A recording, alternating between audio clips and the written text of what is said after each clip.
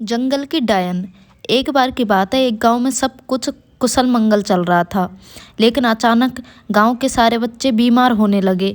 पता नहीं उनको क्या होने लगा। गांव के सारे बच्चे उल्टियाँ करने लगे। जब गांव वाले ये देखकर बहुत ही परेशान हो गए, तो गांव वालों ने देखा कि जो बच्चे उल्टियाँ कर रहे हैं, जिनकी ज़्यादा तबीयत खराब हो रही है, उनकी उल्टियों में से खून निकल रहा है। तो वो खून की उल्टियाँ करने लगे थे।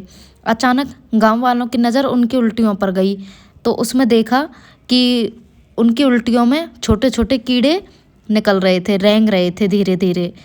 तब सारे बच्चे गांव वालों से कहने लगे कि हमारे पेट में कुछ है, वो डेली चलता है, पता नहीं क्या है।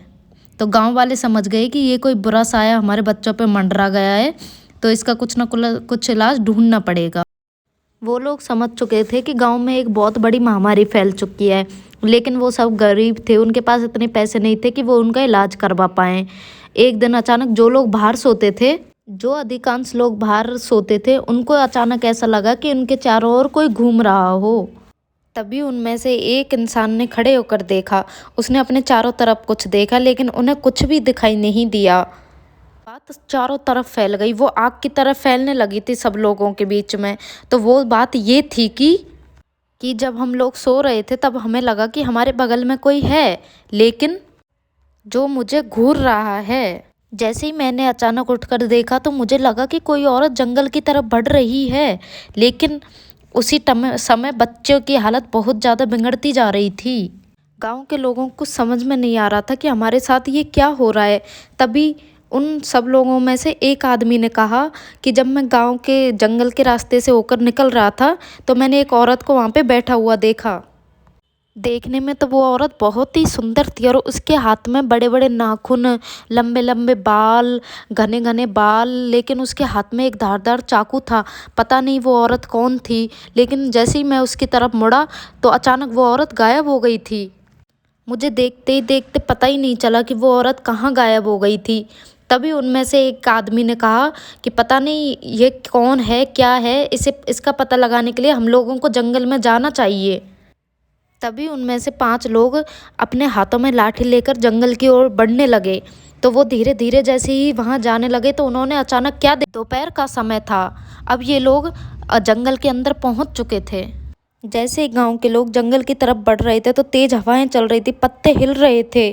तभी लोग आगे बढ़ते गए, लेकिन जैसे ही वो जंगल में पहुंचे, तो उन्होंने एक बात पर ध्यान दिया कि यार, कि सारे जंगली जानवर कहाँ गायब हो गए, कोई भी जंगली जानवर दिखाई क्यों नहीं दे रहा।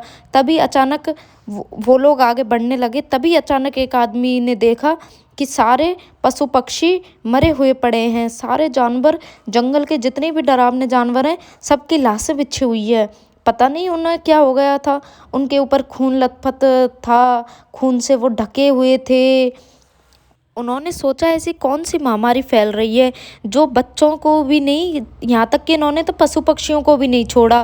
वो लोग ऐसे सोच में पड़ गए कि पता नहीं हमारे गांव के ऊपर कौन सा साया फैला पड़ा है, कौन सी बुरी नज़र डाली हुई है किसी ने। तभी उनमें से एक आदमी बोलता है।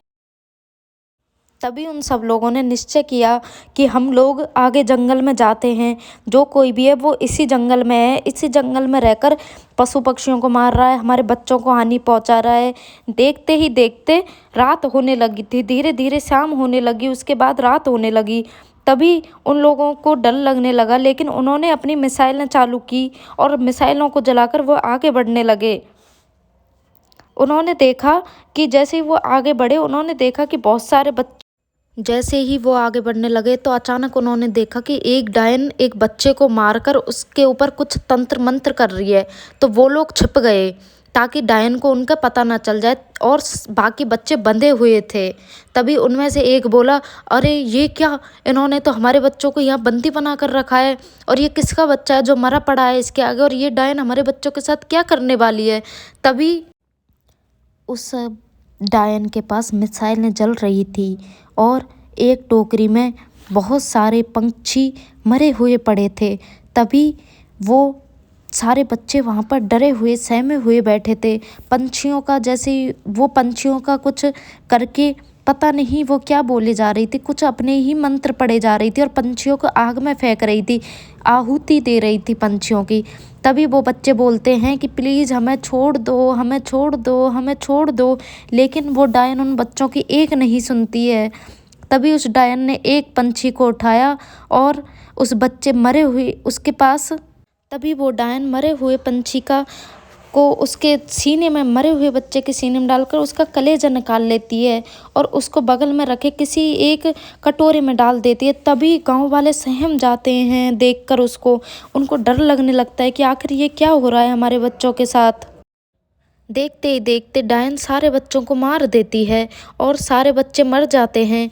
तभी गांव वाले फैसला करते हैं कि हमें कुछ ना कुछ करना होगा, वरना ये डायन हमारे जो जितने भी बच्चे बचे हुए हैं ये सबको मार देगी। तभी उनमें से एक आदमी कहता है कि हमें आगे बढ़ना ही होगा, डरने से कुछ नहीं होगा। तो एक अपनी मिसाइल जलाता है और उस डायन के पास पहुंच जाता है। तभी सारे गांव वाले उस डायन से पूछते हैं कि तुम कौन हो, ये क्या कर रही हो। लेकिन डायन उनके ऊपर ही प्रहार करती है। तभी डायन घबरा जाती है। सभी गांव वाले जैसे तैसे करके डायन को बांध देते हैं और उसे लाठियों से उसके ऊपर वार करते हैं। तभी डायन लाठियों से सारे के सारे उस पर वार करने लगते हैं। जैसे ही डायन देखते ही देखते बेहोश हो जाती है और सभी गांव वाले उसको एक पेड़ से बांध देते हैं। किसी कपड़े में लपेट के डायन को किसी पेड़ से बांध दिया जाता है। उसके बाद जैसे ही डायन को अब धीरे धीरे होश आने लगा है और डायन अभी अपने रूप में आ जाती है। तभी गांव की एक औरत डायन को बोलती है कि तुम कौन हो, क्या चाहती हो, तुम इस गांव की तो नहीं लगती हो, कौन हो तुम, सच सच बताओ। तभी डायन उनको बोलती है कि तुम में से कोई भी नहीं बचेगा, मैं तुम सबको मार दूंगी।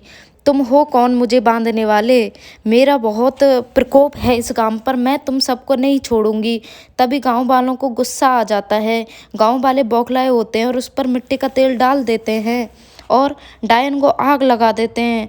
डायन बहुत तेज चिल्लाने लगती है, आ ऊ छोड़ दो मुझे, प्लीज़ मुझे छोड़ दो।